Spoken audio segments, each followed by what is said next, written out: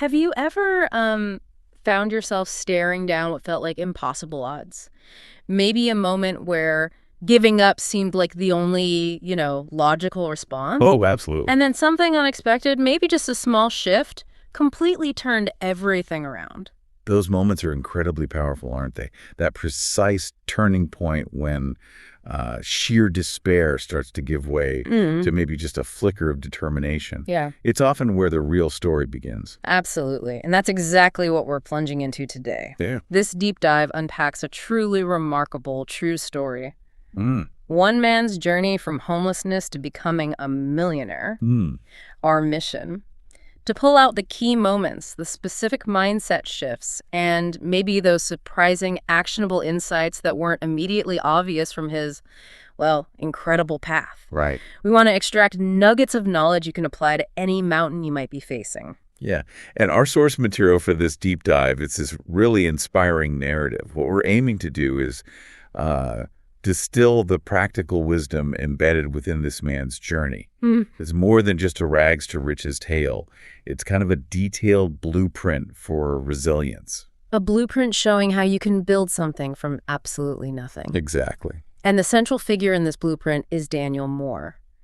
Picture a man who, not so long ago, slept on park benches, begged for food, owned nothing more than a torn backpack and maybe a faint, distant dream. It's hard to even imagine. Today, that very same man owns a multi-million-dollar business, Yeah. employs hundreds of people, and inspires thousands across the globe. The transformation is, quite frankly, astonishing. It really is. And I think to grasp the enormity of his achievement, we really need to trace back to Daniel's earliest days. He was born in a small Ohio town. His father, he struggled with alcoholism, and his mother worked 2 jobs, just desperately trying to keep the family afloat. Dinner, more often than not, was literally bread and water. He never had new clothes, which made him painfully shy at school, constantly teased by other kids. It paints a picture of, stark disadvantage. It sounds incredibly tough, Yeah. but even in those early bleak circumstances, the story highlights something really striking. A spark in his eyes, an unspoken determination that was clearly there, even if quietly simmering. Yeah. What do you think that early spark represents? How do you even maintain that when everything around you is telling you to just fade away? Well, it suggests maybe an innate resilience, a refusal to be defined by his circumstances, even before he had any tools to articulate it. Okay. And that inner strength was tested profoundly when he was just 15. His mother passed away suddenly from a heart attack. Oh, no. And shortly after that, his father simply vanished, just disappeared, leaving Daniel completely, utterly alone with nowhere to go. I can't even imagine being a teenager and suddenly finding yourself orphaned with absolutely no support system. He ended up moving to the city, right? Desperate to find work. Yeah, but life on the streets, as the source describes it, was brutal. Roots. He spent freezing nights under bridges, huddling in bus stations or shivering on park benches, searching trash bins for food, washing up in public restrooms, begging for spare change just to survive another day. It sounds like absolute rock bottom. And the account mentions how there were countless moments when he felt that immense pull of giving up. The despair must have been crushing. Totally overwhelming, I'd imagine. But the narrative makes a critical observation. There was a tiny voice inside him that kept saying, "This is not the end. You were meant for more." It wasn't some loud declaration. It was described as a persistent whisper, that inner conviction that kept him from succumbing entirely to the harsh reality he was facing. What do you think that voice really means for someone in such a desperate situation like that? How does it sustain you? It's that kernel of hope, isn't it? That refusal to let the current reality be the final word. Yeah, it makes you wonder how that voice sustains you when your basic needs aren't even being met. But then the story takes an incredible turn, all because of a book. Right, the turning point. One rainy afternoon, Daniel took shelter in a public library. He wasn't looking for knowledge, apparently. He just wanted to stay dry. Just trying to get out of the rain. Exactly. But as he wandered through the shelves, the title caught his eye. Think and Grow Rich by Napoleon Hill. And what's truly remarkable here isn't just that he found a book, but how the seemingly chance encounter became an absolutely pivotal moment. He picked it up, started reading, Uh-huh. and by the time the library closed, he had devoured half of it. Mm-hmm. That night, he couldn't stop. He continued reading page after page under the dim light of a street lamp Wow, all night. all night. It was this singular, focused act of absorbing knowledge when he had literally nothing else. And the impact, it sounds like it was profound. The book planted a seed in his mind, a clear understanding of the power of belief, vision, and sheer persistence. Exactly. It wasn't just abstract ideas, it directly showed him how a single idea encountered at the right moment can be utterly transformative. It gave him a tangible roadmap when he had none. Right? It provided a framework. Suddenly, it wasn't just random desperation. He had a structured way to think about escaping his circumstances. So, how did a book, literally just words on a page, give him something to hold on to when he had nothing else? It gave him purpose. It gave him a goal, however distant it seemed. And with that conceptual seed planted, Daniel took his very first concrete steps towards action. Okay, so what did he do? The very next day, he walked into every restaurant he could find, asking for work. Any work. Just walked in cold. Yep. Finally, a small diner gave him a chance, hiring him as a dishwasher. The pay, I imagine, was incredibly low. Barely enough for a meal and maybe a spot in a shared shelter? Exactly. But he didn't just show up. He worked tirelessly, arriving early, staying late, taking on any task, washing, cleaning, running errands. His dedication, born from that new mindset, was undeniable. And that dedication, it paid off pretty quickly, didn't it? Remarkably quickly. Within months, he was promoted to server, then to assistant manager. But Daniel, now armed with this new knowledge from the book, he understood he couldn't stay in the restaurant business forever. So he doubled down on his commitment to self-improvement. How? Using every spare moment to read more books on business, communication, personal finance, all aimed at strategically upgrading his skills beyond just the daily grind of the diner. So he knew he needed to transition. He saved up every penny he could to buy a secondhand laptop. A huge investment for him at the time. Absolutely. Then he immersed himself in self-teaching, learning to code from free online tutorials and YouTube videos. And this wasn't some quick hack. The source mentions he faced many failures, code that didn't run, projects that fell apart.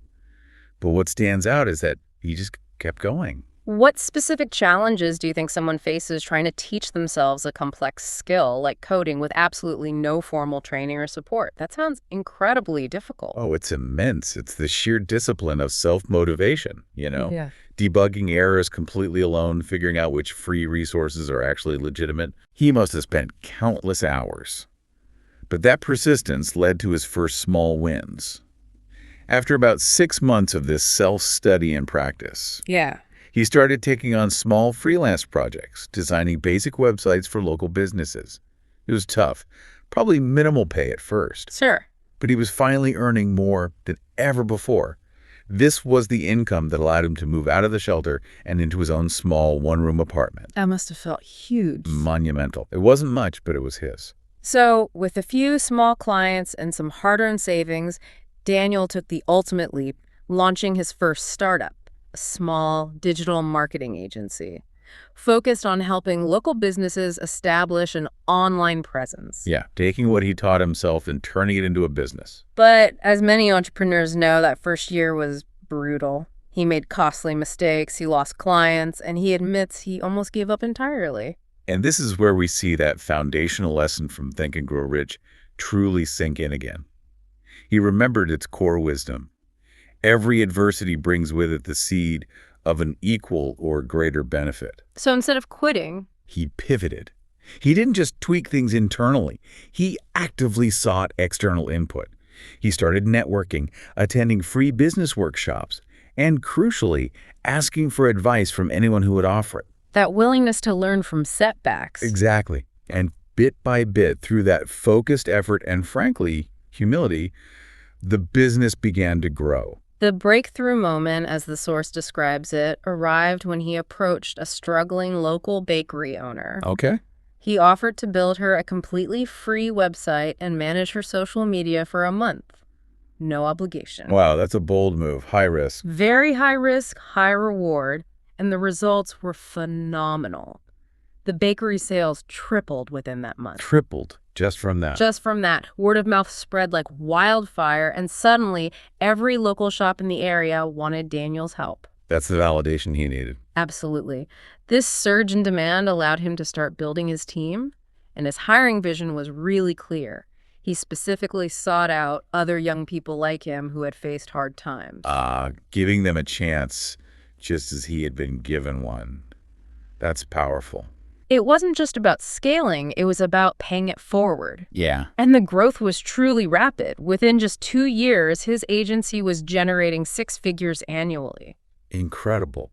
From dishwasher to six-figure agency owner in, what, just a few years? Exactly. His story was so compelling, it got featured in a local newspaper under the headline, "From Park Bench to Boardroom." That's a great headline. It started to become clear that his journey was far more than just personal success. Yeah, people were genuinely captivated by his resilience. He started getting invited to speak at schools and youth centers, Sharing his story. sharing his whole journey, the pain, the lessons learned, and that undeniable power of simply not giving up. His business continued to expand, opening offices in other cities, building a robust network of small business clients. And creating impact far beyond just making money. Definitely. And crucially, Daniel never forgot where he came from. He launched a nonprofit called Rise Again. Rise Again. Okay. What does it do? It's dedicated to helping homeless individuals learn skills, find jobs, and rebuild their lives. He partnered directly with shelters to teach essential computer basics, resume writing, crucial interview skills. Really practical, hands-on support. Exactly. Things that make a tangible difference. His personal motto is simple, yet profoundly powerful. If I can do it, so can you. And thousands of people who once felt utterly hopeless have found new pathways and rebuilt their lives through his programs. It's a living testament to his unwavering belief in the potential within every single person, regardless of where they start. So, as we look back at Daniel Moore's extraordinary journey, what are the most profound takeaways for us, for you listening? First, and perhaps most importantly, your past doesn't define your future. Absolutely not. He proved that in the most dramatic way possible. He truly went from the absolute bottom to building an empire. Second, Second, that a single book or a powerful idea encountered at the right moment can fundamentally change your entire trajectory. For Daniel, it was Think and Grow Rich, specifically its principles on visualization and persistent action. For you, it might be something else, but the principle of finding that catalyst is universal. okay. Third takeaway. Third, success doesn't require money to start. Only a specific mindset and consistent, often unglamorous action. Daniel started with literally nothing but his own effort. He consistently invested his time and energy into learning and building. Yeah. And finally, perhaps the most critical lesson of all, a lesson forged in the hardest possible conditions. Even in your darkest moment, no matter how hopeless or isolated it feels, do not give up. That refusal to quit. It's the consistent, quiet refusal to quit that allows for everything else. So today, Daniel Moore is far more than just a millionaire. He's a respected mentor, a dedicated philanthropist, and a true changemaker. Yeah, he lives well, travels the world speaking, continues to expand his impact. But despite all his immense success, he consistently reminds himself of those nights he slept in the freezing cold, hungry, and alone. He says those nights built him, didn't they? Taught him grit, unwavering faith in his own ability, and a deep understanding of the true meaning of success. And that's where his ultimate definition of success truly crystallizes. Success isn't about how high you climb. It's about how many people you lift with you. That's a powerful reframe.